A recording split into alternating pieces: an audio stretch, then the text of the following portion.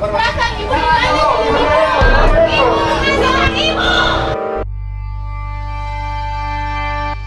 Ngumpulin aja botol-botol. Kamu nanti saya ajarin cara membuatnya gimana. Kalau udah jadi, store ke saya.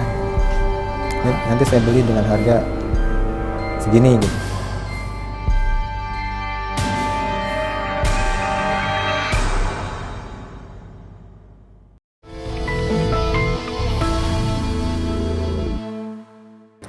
Selamat malam.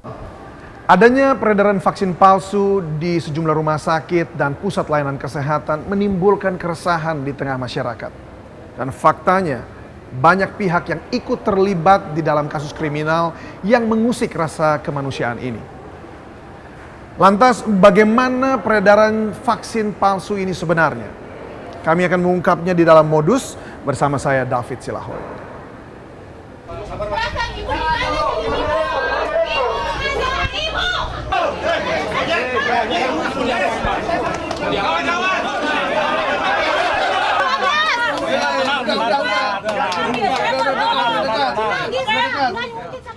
Luapan kemarahan datang dari para orang tua yang meminta pertanggungjawaban kepada pihak rumah sakit atas pemberian vaksin palsu terhadap anak-anaknya. Kami semuanya kami bela.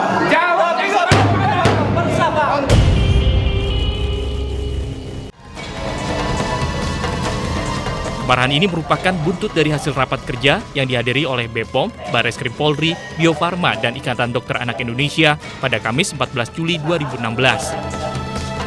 Menteri Kesehatan akhirnya mengungkapkan 14 nama rumah sakit dan 8 bidan yang terbukti menggunakan vaksin palsu. Daftar nama-nama fasilitas pelayanan kesehatan didapatkan dari hasil pengembangan oleh Bareskrim Polri yang sudah terbukti mengambil vaksin dari distributor tidak resmi. Dan daftar panjang ini masih mungkin akan bertambah, karena Badan POM telah mencurigai adanya fasilitas pelayanan kesehatan lainnya yang juga menggunakan vaksin palsu. Jadi 14 rumah sakit ini dari Bareskrim. Sedangkan dari sumber yang tidak resmi, Badan POM melakukan meminta kepada tentu di daerah untuk melihat kepada fasilitas kesehatan. Dan didapat 37 dari 9 provinsi yang dicurigai yang membeli dari distributor yang tidak resmi.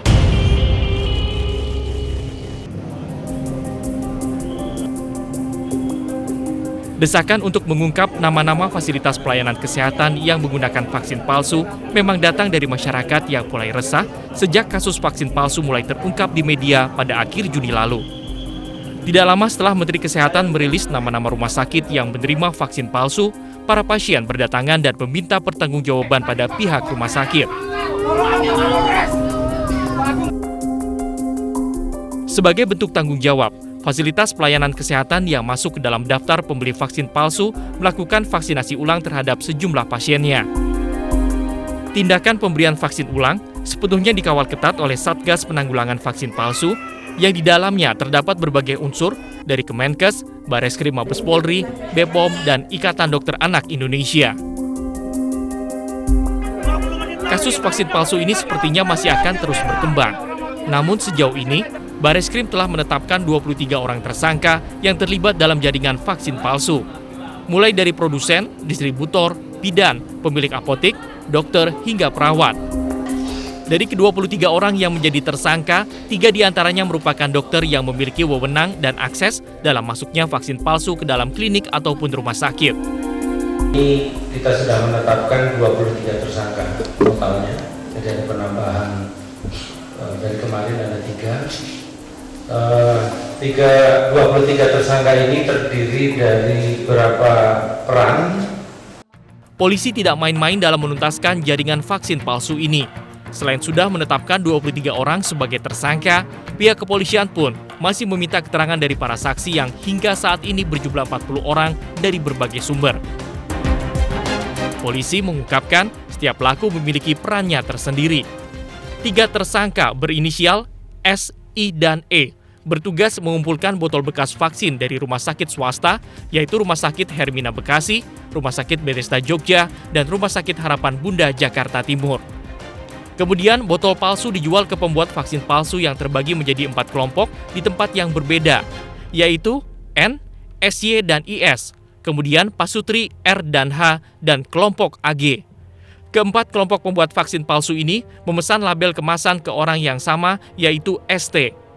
Kemudian, vaksin palsu didistribusikan ke 4 kelompok distributor yang berbeda melalui perorangan, apotik, hingga perusahaan CV.